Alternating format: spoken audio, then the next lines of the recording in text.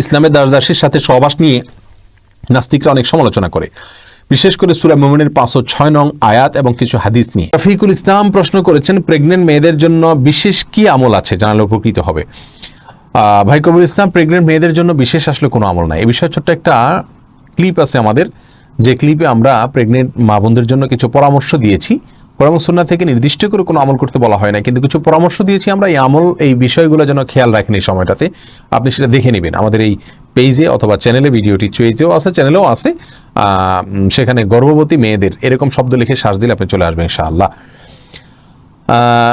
সাইফুল ইসলাম সাজ্জাদ, আপনার প্রশ্নে আপনি লিখেছেন, পর্দার পোশাক কালো কি আবশ্যকীয় নাকি অন্য যে কোনো কালারের পোশাক, যে কোনো কালার পোশাক পরলেই হবে, কালো আবশ্যকীয় না? আবু আবদুল্লাহ, আবু কবির আবু, আপনি জানতে চেয়েছেন কবিরা গুনার সংজ্ঞা কি একটু বুঝিয়ে বলবেন। কবিরা গুনাহ বলা হয় যেই অপরাধটির বিবরণ দিতে গিয়ে কোরআন হাদিসে তার শাস্তির কথা বলা হয়েছে দুনিয়াতে অথবা আখেরাতে, এবং কঠোরভাবে নিষেধ করা হয়েছে, যেটা অমান্য করলে শাস্তির ভয় দেওয়া হয়েছে, আল্লাহ লাআনতের কথা বলা হয়েছে, অভিশাপের কথা বলা হয়েছে।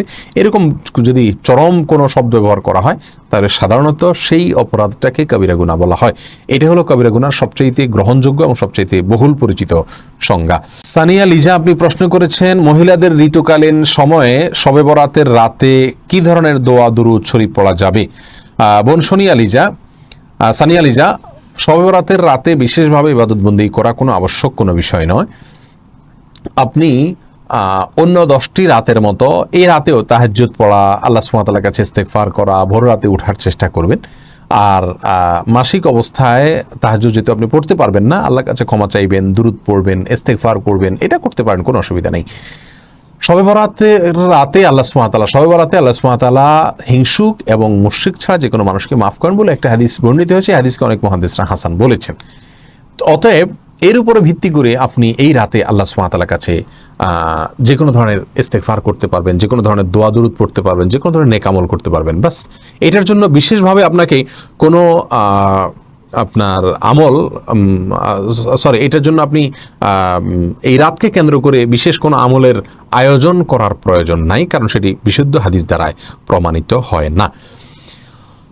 এরপরে যে প্রশ্নটি আমি দেখতে পাচ্ছি, আব্দুল মমিন, আপনি প্রশ্ন করেছেন, বর্তমান সময়ে অনেক যুবক সব সময় প্যান্ট পরে ঘুমায়, এই অবস্থায় গোসল ফরজ হয়, কিন্তু তারা প্যান্ট পরে গোসল করে আর নাপাক তো লেগে থাকার সম্ভাবনা বেশি থাকে, এই অবস্থা কি পবিত্রতা হাসিল হবে? কিন্তু তার প্যান্ট পরে গোসল করে, জি বুঝতে পেরেছি আব্দুল মমিন ভাই।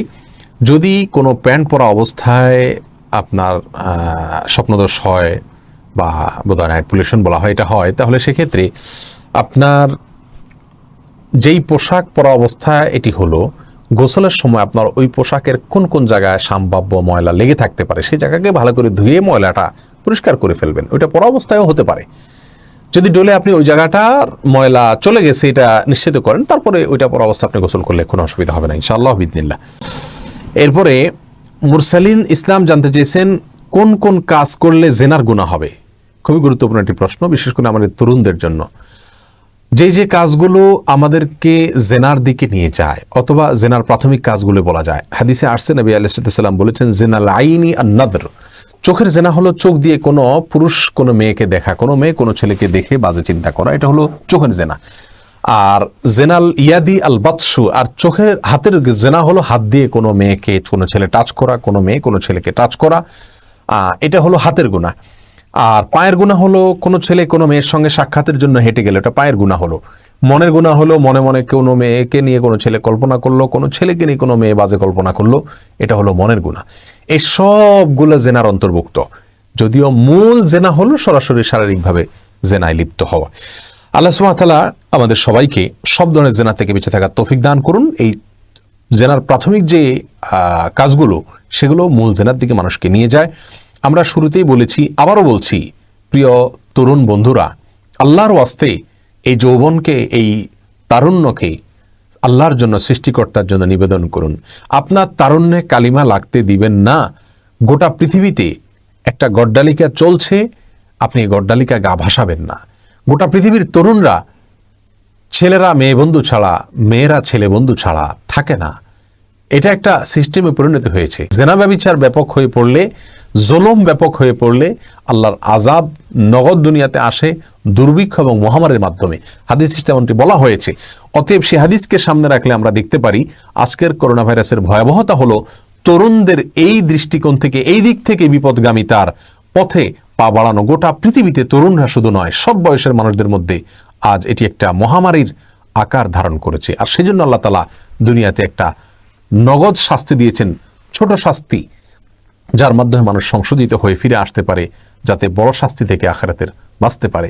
অতএব আমার তরুণ বন্ধুরা, আল্লাহর ওয়াস্তে নিজেদের জীবনে যদি কখনো কালিমা লেগে থাকে, আল্লাহর কাছে ক্ষমা চাই, আসুন মাপ চেয়ে তওবা করে ইস্তেগফার করে নতুন করে জীবন গড়ি এবং আল্লাহর জন্য যে কাউকে ছাড়ার জন্য সংকল্পবদ্ধ থাকে। অনেক বন্ধুরা, তরুণরা বলেন আমাদেরকে যে অমুককে ছাড়া আমি বাঁচবো না, তার ছাড়া আমার বাঁচা সম্ভব নয়। প্রিয় বন্ধু, আপনি সবাইকে ছাড়া বাঁচতে পারবেন। মনে রাখবেন, এটা শয়তানের ওয়াসওয়াসা, শয়তানের কুমন্ত্রণা। কেউ কারোর বিরহের কারণে, এই জাতীয় অবৈধ বিবাহ বিরোধ সম্পর্কের ভিত্তিতে বিরহের কারণে অটোমেটিক তিনি মারা গেছেন, এরকম ঘটনা আপনি জীবনে কয়টা শুনেছেন? বিরহ তো বহু হয়ে থাকে। আল্লাহর জন্য যদি আপনি কাউকে ত্যাগ করতে না পারেন, তাহলে বুঝতে হবে ঈমানের মিটার আপনার একেবারে তলানিতে অবস্থান করছে। এই ঈমান নিয়ে যদি আপনার মৃত্যু হয়, আপনি নিজেকে ঈমানদার দাবি করতে পারবেন না। নবী আলাইহিস সালাম বলেছেন, লা ইয়াজনি জানি হিনা ইয়াজনি ওয়া হুয়া মুমিন। যে ব্যক্তি জেনা করে, সে জেনা করা অবস্থায় তার ঈমান থাকে না, তার ঈমান তার থেকে চলে যায়, সরে যায়। অতএব এই অবৈধ সম্পর্ক রাখা অবস্থায় যদি আপনার মৃত্যু হয়, আল্লাহর কাছে আপনি বেঈমান হয়ে দাঁড়াবেন। আর সেজন্য হিম্মত করতে হবে, সাহস করতে হবে। আল্লাহ সুবহানাহু ওয়া তাআলার ভালোবাসার উপরে যদি অন্য কারোর ভালোবাসা এতটাই প্রবল হয়ে যায় যে আল্লাহর নিষেধাজ্ঞাকে উপেক্ষা করে আপনি অন্য ছেলে অথবা মেয়ে বন্ধুকে আপনার জীবনের অংশ বানিয়ে ফেলেছেন, তাকে ছাড়া আপনি বাঁচবেন না, এই পর্যায়ে চলে গেছেন, তাহলে সেক্ষেত্রে আপনার ঈমান নিয়ে বড় ভয় আছে। আসুন সুন্দরের পথে, সুস্থতার পথে, আল্লাহকে, মালিককে খুশি করবার জন্য পৃথিবীর যেই কোনো কাউকে ত্যাগ করার মানসিকতা থাকতে হবে। এটাই হলো ঈমানদারের পরিচয়। আল্লাহ তাআলা আমাদের বুকে সেরকম ঈমান দান করুন। আল্লাহকে সন্তুষ্ট করার জন্য আমরা যে কাউকে ত্যাগ করার মতো মানসিকতা আমাদের মধ্যে থাকতে হবে। আল্লাহ সুবহানাহু ওয়া তাআলা আমাদের সবাইকে সেই তৌফিক দান করুন। এরপরে প্রশ্ন দেখতে পাচ্ছি পারভেজ মোল্লা করেছেন, ইসলামের দাসদাসীর সাথে সহবাস নিয়ে নাস্তিকরা অনেক সমালোচনা করে, বিশেষ করে সূরা মুমিনের 5 ও 6 নং আয়াত এবং কিছু হাদিস নিয়ে। এ নিয়ে একটা ভিডিও বানালে লাইভে বললে উপকৃত হতাম। ভাই পারভেজ মোল্লা, এটা নিয়ে আসলে একটা ভিডিও তৈরি হওয়া দরকার, কিন্তু আসলে এত কাজের সিরিয়াল যে কোনটা রেখে কোনটা করা হয়ে ওঠে না, কিন্তু করবো ইনশাআল্লাহ বিদিনিল্লাহ। আমরা এটাকে আমাদের কার্যতালিকায় রেখেছি। এখন শুধু সংক্ষেপে এটুকু বলি, যুদ্ধবন্দী ছেলেদেরকে কৃতদাস আর যুদ্ধবন্দী মেয়েদেরকে কৃতদাসী বলা হয়। ইসলামের আগে থেকেই এই প্রথাটি চলে আসছে পৃথিবীতে।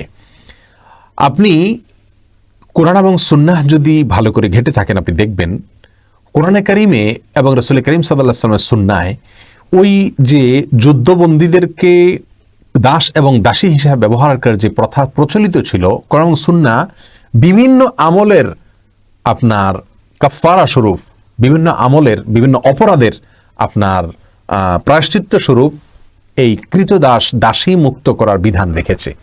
তার মানে কৃতদাস দাসী যেন পৃথিবীতে না থাকে, এই জন্য মুক্ত করার একটা অপশন ইসলাম বহুল পরিমাণে রেখেছে। আর এই দাস দাসীর কথাটা ইসলাম এনেছে তা নয়, এটা পৃথিবীতে বহু আগে থেকে চালু ছিল। এখন যদি কেউ বলেন তাহলে ইসলাম সেটাকে সম্পূর্ণরূপে নাকচ কেন করে নাই, আমি এখানে শুধু এটুকু বলবো যে আজকের যুগে যারা এক দেশের সাথে অন্য দেশের যদি যুদ্ধ হয়, সেখানে যদি মেয়েরা শত্রুপক্ষের কাছে আপনার বন্দী হয়ে চলে যায়, তাদের সাথে কি আচরণ করা হয়? ছেলেরা যদি বন্দী হয়ে চলে যায়, তাদের সাথে কি আচরণ করা হয়? জেলখানায় তাদের জীবনটা কিভাবে কাটে? পাশবিক নির্যাতন মেয়েদের প্রতি, এটা তো 100-তে 100%ই প্রায় শিওর। আজকের এই যুগে যে সমস্ত যুদ্ধগুলো চলছে এক দেশের সাথে অন্য দেশের, সে সমস্ত যুদ্ধগুলোতে মেয়েদের বন্দী হয়ে গেলে শত্রুপক্ষের কাছে তাদের সাথে কি আচরণ করা হয়, এটা আমরা সবাই কম বেশ জানি। ইসলাম এর আগে থেকে যে সিস্টেমটা প্রচলিত ছিল দাস দাসীর প্রথা, সেখানে বলা হয়েছে যে এরা যারা যুদ্ধ করে নিয়ে আসবেন, মেয়েরা তাদের কাছে অনেকটা স্ত্রীর মতো থাকবেন। এখানে আল্লাহ সুবহানাহু ওয়া তাআলা স্ত্রীর মতো থাকবেন বলতে বোঝানো হয়েছে যে একজন যোদ্ধা কথার কথা প্রতিপক্ষের অনেক বন্দী মেয়েরা আসলো, তাদের মধ্যে কোনো একজন তার জন্য ফিক্সড হবে, একজন স্ত্রী তার যেমন ছিল এই মেয়েটাও তার জন্য স্ত্রীর মতোই থাকবেন, তার সাথে শারীরিক সম্পর্ক করা জায়েজ হবে। এর থেকে যদি কোনো সন্তান হয় তাহলে এই মেয়েটা মর্যাদার দিক থেকে আরেকটা উন্নীত হয়ে যাবেন এবং তিনি এই মহিলাকে আর বিক্রিও করতে পারবেন না চাইলে, বা অন্য কোথাও দিতেও পারবেন না। কিন্তু এই মেয়েটা একজন যোদ্ধার জন্য নির্দিষ্ট হয়ে গেলেন, অন্য কেউ তার দিকে চোখ তুলে তাকাতে পারবে না, অন্য কেউ তার সাথে শারীরিক সম্পর্ক করতে পারবে না, অন্য কেউ তার প্রতি পাশবিক নির্যাতন করার কোনো স্কোপ আর থাকবে না। আসলে যুদ্ধবন্দীদের নিরাপত্তার জন্য এর চাইতে বেটার কোনো সলিউশন আজকের যুগে নাস্তিক বন্ধুরা যারা প্রশ্ন করে থাকেন তারা দিতে পারবেন কিনা, এবং সেটা শুধুমাত্র আপনার তাত্ত্বিক কোনো সমাধান দিলে হবে না, বাস্তবিক সমাধান দিতে হবে। অর্থাৎ যুদ্ধবন্দী মেয়েরা আসলে তাদের জন্য এর চাইতে বেটার বিকল্প কি আছে আর? যিনি যুদ্ধবন্দী হয়ে আসলেন শত্রুপক্ষের কাছে, তাদের কোনো একজনের জন্য তাকে বরাদ্দ করা হলো, তিনি স্ত্রী হিসাবে তার বাসাবাড়িতে তার সাথে বসবাস করলেন, অন্য কেউ তার দিকে তাকালো না, এবং তিনি চাইলে তাকে মুক্তও করে দিতে পারেন, তিনি চাইলে তার সাথে জীবন কাটিয়ে দিতে পারেন। তার থেকে যদি সন্তান হয় তাহলে সেই সন্তানটিকে আপনার তার সন্তান হিসাবে বিবেচিত হবে, সন্তানের মা হিসাবে তিনি মর্যাদা পাবেন, এবং সেই সাথে সন্তান হওয়ার পরে আর এই মহিলা তার সঙ্গে তার সম্পর্কটা আরো অনেকটাই স্ত্রী, মানে প্রায় স্ত্রীর পরিপূর্ণ মর্যাদার কাছাকাছি তিনি চলে যান।